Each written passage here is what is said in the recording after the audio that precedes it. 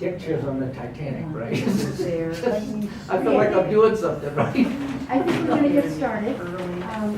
More people signed up and maybe they're just having a hard time getting here, but we'll go ahead and get started.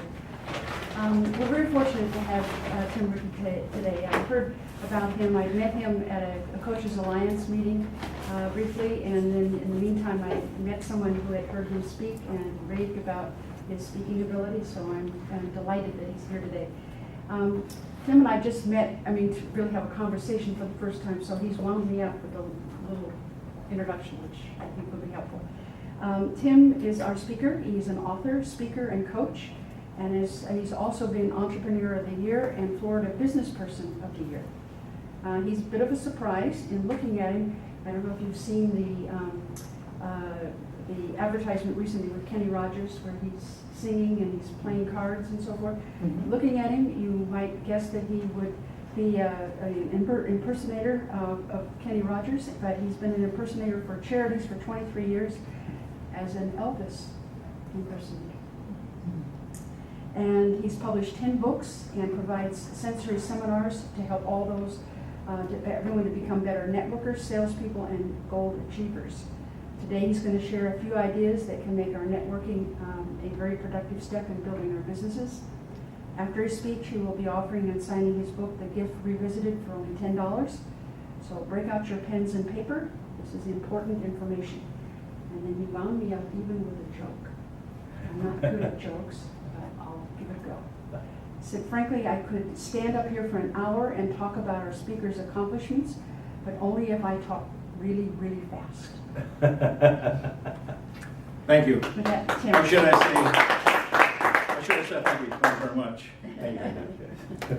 Networking doesn't work unless you do. Would you agree? Yes. The problem today is, and it comes up with our meeting, today everything is done with text, emails, things of this nature.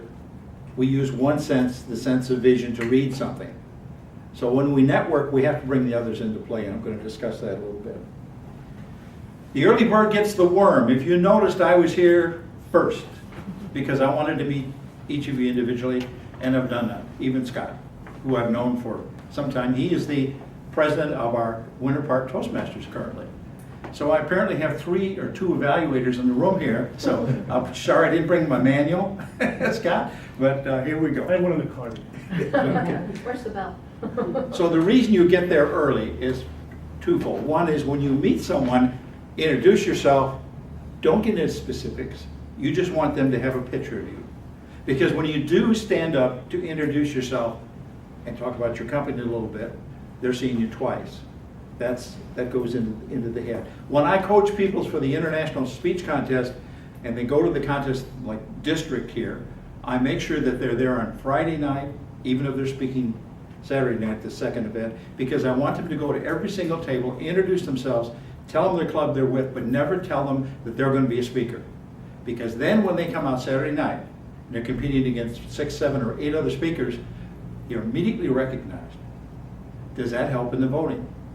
It could. It can be an influence in that. Entertainers know instinctively you play the crowd. When you're done with the set, you go out in the audience and you talk to your audience. That should apply with all of us. With everything. So the idea is when somebody comes into the room, you want to meet them right away. So if you're here first, you're going to do that. They're going to see you twice within that meeting, and perhaps a little later. If you decide you've met somebody and you want to set an appointment, what do most people do? Yeah, I'll shoot you an email or text you. No, you pick up your phone, you both open your calendars, and you schedule it right then and there. That's what I always do.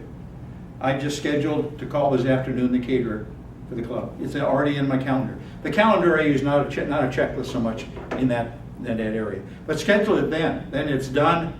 You've got something prepared the next time. Otherwise, you're going to come to the next meeting where you completely forgot about that person and go, oh, geez, where can I hide? Because you've forgotten. So schedule it the moment you can. If you don't have a smartphone, just write it down or get your book out if you use a book instead and get it done. So you're both on the same track. It's all about rapport. When I meet someone in a sales situation, I always build rapport first. And I mean common ground. And when I say that, I will not talk about business initially.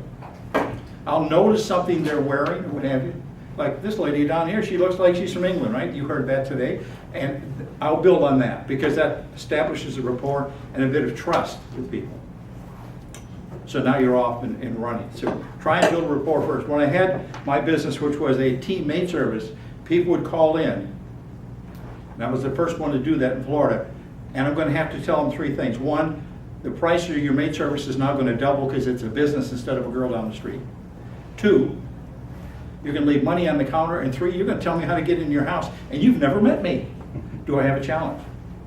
So rapport was first. If somebody call in and say, I'd like a quote on my house, and I said, well, give me a little information, and we'll see what we do for you.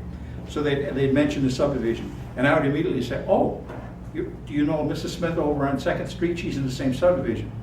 That's rapport. Because there's, oh, good, they've been here. Little things like that makes a difference, you know. There's a lot more to that I teach in my sensory networking seminar. Now let's talk about why we don't actually approach people. How many people actually have a fear of going to a networking event? Anybody here? It's okay if you do. Okay? So we'll work on this chap over here. Okay? What is fear? Where does it come from? Fear comes from beliefs. Now this is coming right from my old boss, Tony Robbins, right? Fear comes from beliefs. The question is, are those beliefs real? Most of the time they're not. So we can see through those beliefs. So, because fear means false evidence appearing real. And when you're done, you notice, hey, wait a minute, you know, I got through this. We always get through it. Let me give you a really good example. Does anybody remember Dr. Schuler and the Crystal Cathedral? Remember that? Well, I was working for Prudential, door-to-door insurance salesman. Oh yeah, this is going to be easy. They're going to love to see me because I'm going to protect their family. Talk about naive. So the first time out, about 6 weeks into the company, I go with my sales manager, John, and he says, just stand here at the curb and watch how I do this. So he goes up to the door, he knocks. I can't hear what he's saying, but they're having a little discussion.